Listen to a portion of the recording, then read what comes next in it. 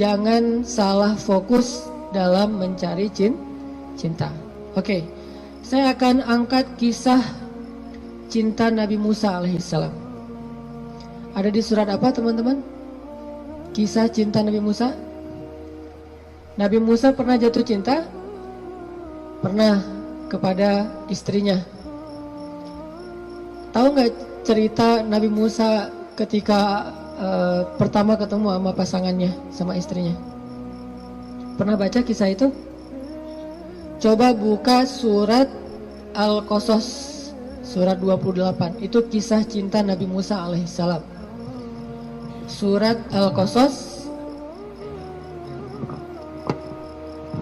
surat Al-Qasas, surat 28 ayat 22. Coba buka aplikasi Al-Qur'annya. Surat Al-Qasas, surat 28 ayat 22. Saya akan baca dari ayat 22 sampai ayat 28.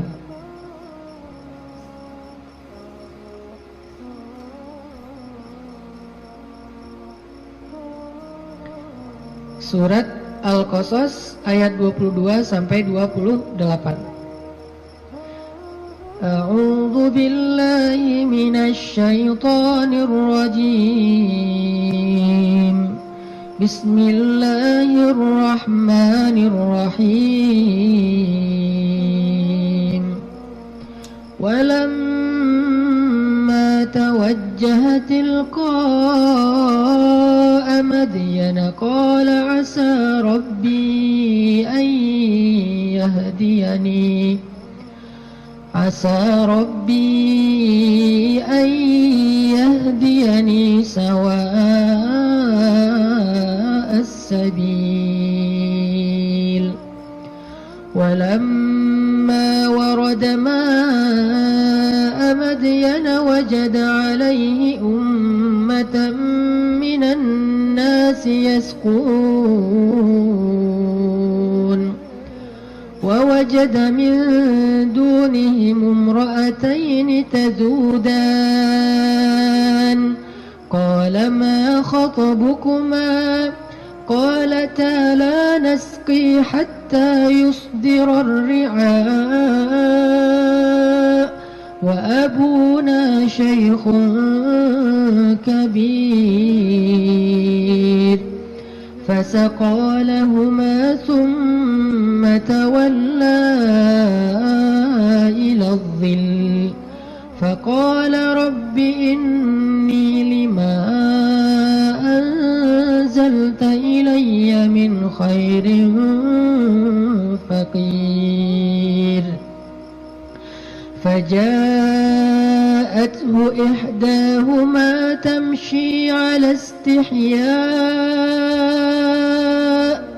قالت إن أبي يدعوك ليجزيك أجر ما سقيت لنا فلما جاءه وقص عليه القصص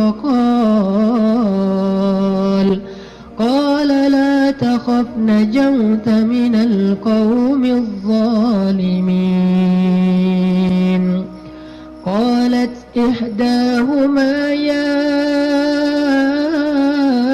أبت استأجره إن خير من استأجرت القوي الأمين قال إني أريد أن أنكحك إحدى ابنتي هاتين على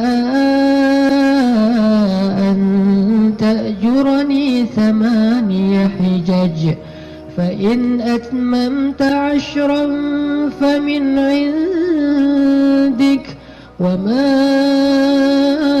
أريد أن أشق عليك ستجدني إن شاء الله من الصالحين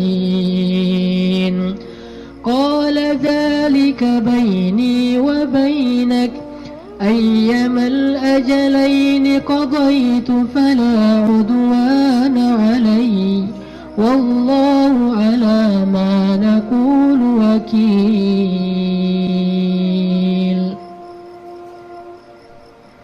Dan ketika Musa menghadap ke arah negeri Madian, ia berdoa, semoga Tuhanku membimbingku ke jalan yang benar. Lalu saat ia sampai di sebuah sumber air di negeri Madian itu, ia menjumpai di sana sekumpulan orang yang sedang memberi minum kepada ternaknya. Dan ia melihat di belakang orang banyak itu dua perempuan yang sedang menambat ternak mereka. Musa bertanya, apa yang kalian butuhkan?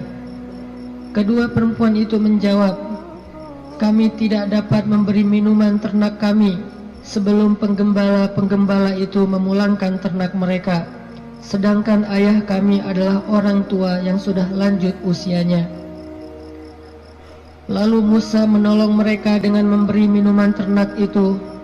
Kemudian dia kembali ke tempat teduh lalu berdoa, ya Tuhanku, sesungguhnya aku sangat membutuhkan suatu kebaikan yang turun darimu kepadaku.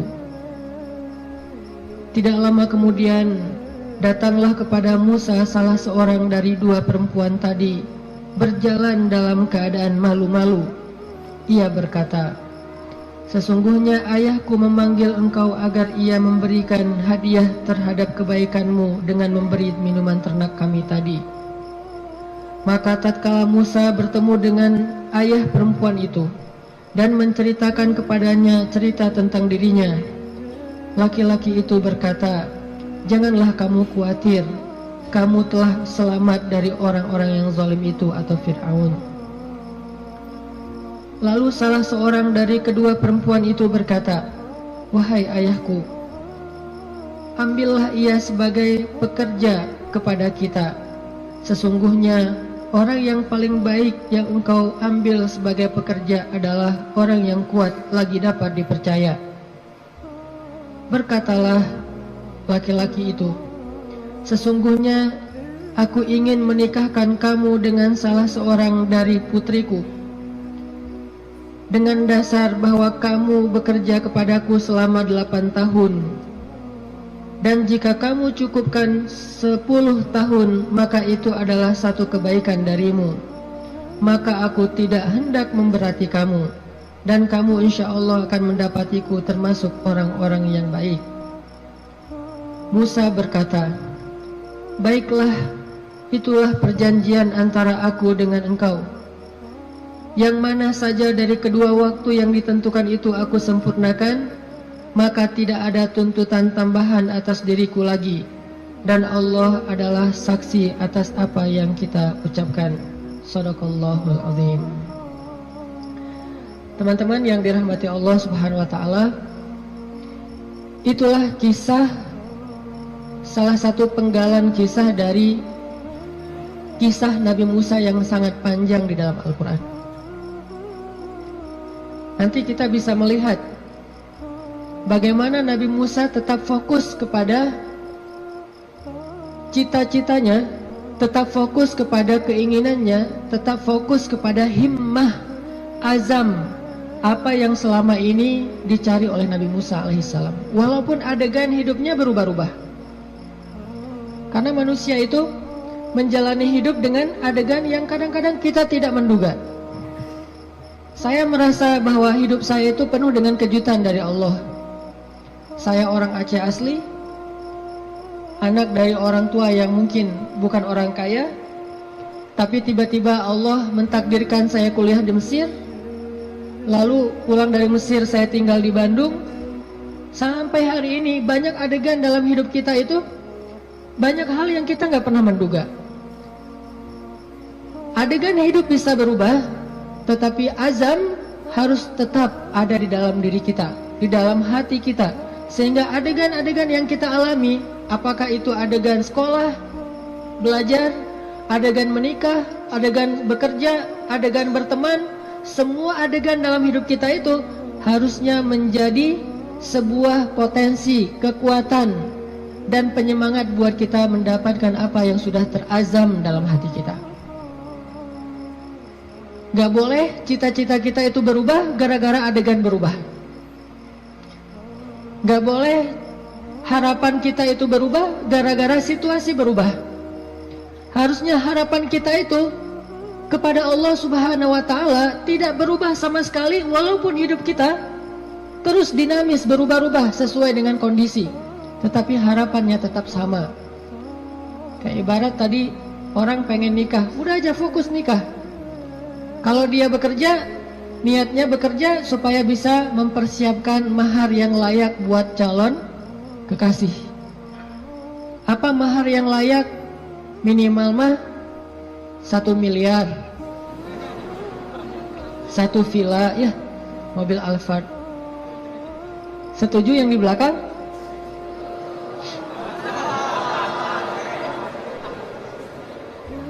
Kalau nggak sampai segitu pun minimal 1 motor, rumah kontrakan, sama pendapatan yang cukup untuk kita berdua. Yang saya sebut dengan cukup, kadang-kadang cukup itu lebih baik daripada lebih loh. Benar nggak? Cukup lebih baik daripada lebih. Kalau kita lebih, kita akan beli piring 2, gelas 2, tempat tidur 2. Nggak seru kan? Justru karena cukup, kita beli piring 1, makan sepiring berdua. Gelas 1, minum segelas berdua. Jadi nggak ada cerita gelas papa, gelas mama. Yang ada adalah gelas kita. Kan suka ada tuh di rumah-rumah gelas papa, gelas mama kan ya. Beli di supermarket, ditulis jelas itu. Ini punya siapa, ini punya siapa, udah di tag masing-masing. Kalau mama salah ngambil gelas papa dipakai sama mama, nanti diminta tukar. Mah, itu gelasnya papa. Oh ya, maaf pak, salah, balik. Akhirnya mamanya minum kopi, papanya minum teh misalnya. Kebalik kan?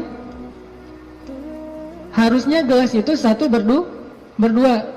Tolong yang mau nikah ya, di rumah siapkan hanya 1 gelas. Sisanya dikotakin aja, kalau ada tamu baru dikeluarin. Yang kita pakai sehari-hari hanya 1 gelas.